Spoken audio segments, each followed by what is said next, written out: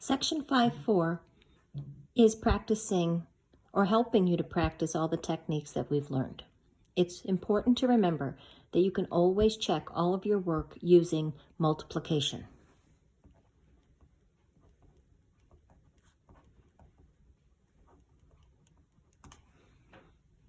So remember, every problem we look at, we're going to ask ourselves first, is there a greatest common factor?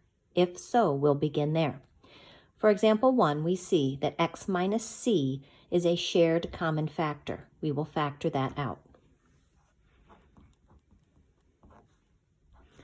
We will now group together 5 minus y. This problem is now finished being factored. The next problem is a trinomial. I do not see a greatest common factor, so I'm going to use the FOIL method and bring back its binomial factors.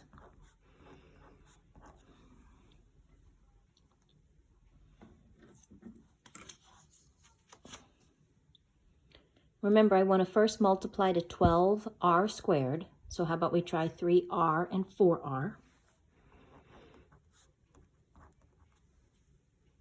I also need to multiply to negative 15. This means my signs are different.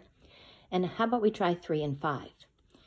If I try 3 and 5, remember 3 cannot go over with the other 3. So this would be 5, and this would be 3. If I check my work, I have 20r, and I have 9r, which would not give me back 8, which means we should try something else.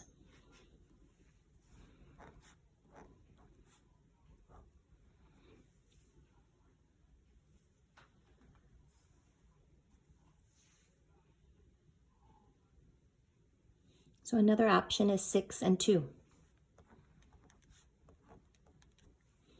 So if we use 6r and 2r, we can also use 3 and 5. Again, 3 cannot go with 6, so I would put 3 here, and I would put 5 here. We now see that our outside is 18 and our inside is 10, which would get us 8 if we put our signs in the correct spot. I want a negative 8, so I'm going to pick my 3 negative, because that would make negative 18. And I'm going to make that positive. So again, this one did not work. And that's what you have to do sometimes with factoring, is try something. If it doesn't get you the middle, then try something else.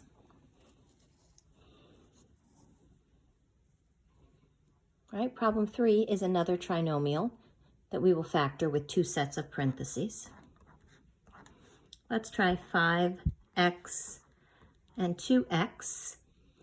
We know that since this is a plus sign, our signs will be the same, both negative. We can put those in. And we want to get to 3y squared. So I definitely know I need a y in both parentheses. Now I just need to figure out where 3 goes and where 1 goes so that I can get back my 11. Remember, my signs are the same, so I'm going to be adding within here. So I want 3 here, and y will just stay y because that's the same as 1y. If I check my work, I have a negative 5 and a negative 6, which is negative 11. Problem 4 begins by seeing and noticing that we have a greatest common factor. What divides all of these is 3.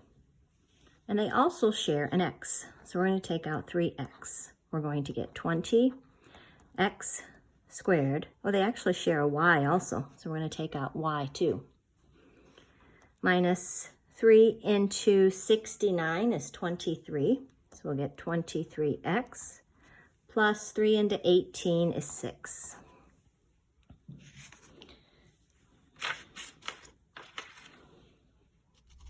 So now we need to continue factoring. 3xy times, my signs are the same, so I know they're both negative. How about we try 4x and 5x minus minus. If I try 2 and 3, I need my 3 here and my 2 there because I can't put 2 with 4. So that's minus 8 and minus 15 is minus 23. The U-try problem I'll let you have a go at on your own.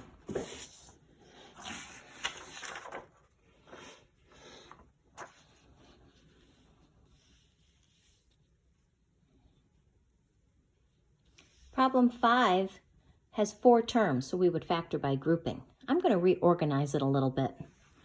I'm going to say 3x plus 3y plus bx plus by. I'm going to take out what this group shares, which is 3. I'm going to take out what this group shares, which is b. Remember, factoring by grouping is going correct if what's in the parentheses is shared. So that's my common binomial factor, and I will group together 3 plus b. 6, remember, we always have to look first for greatest common factor. I see that they share an x and that the numbers are divisible by 2. So I'll take out 2x. 25x squared plus 49. Now you might think that 25x squared plus 49 is factorable. But remember what we've said. When you get to a binomial, the only way it continues factoring is when they're perfect squares and a subtraction sign. So we are minus the subtraction sign. We're lacking that, so we cannot go any further.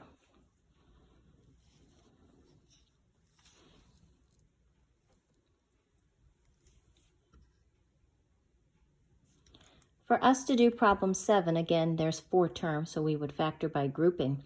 I'm going to group together those parts that both have x squared first. So I'm going to write x squared minus x squared y.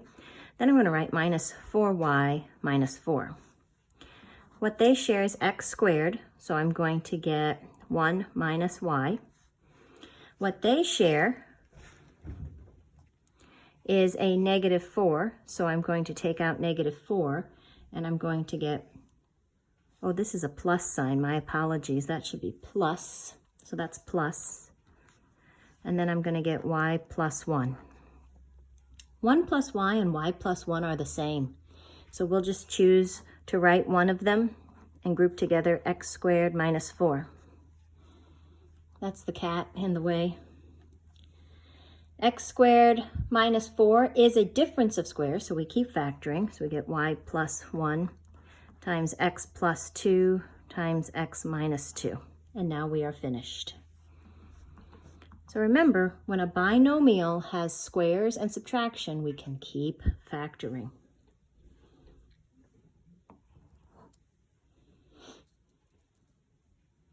Problem 8.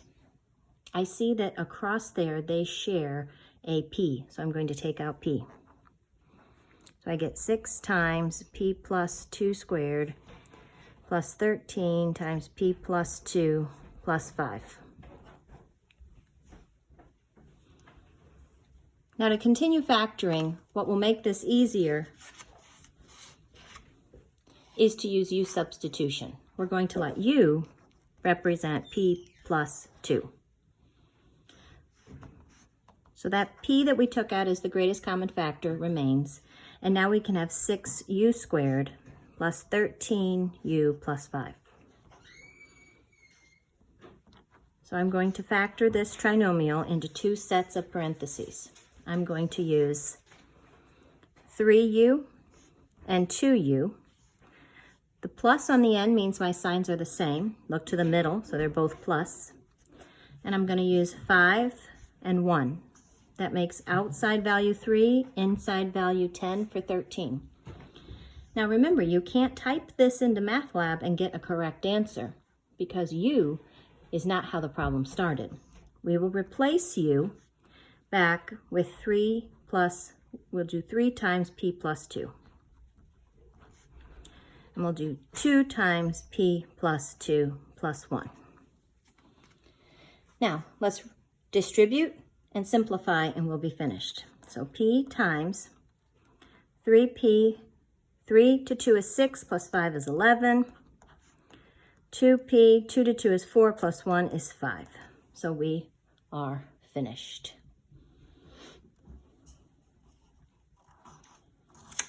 Again, this you try problem, I will let you try We have already done so in our notes. You can go back and find that problem.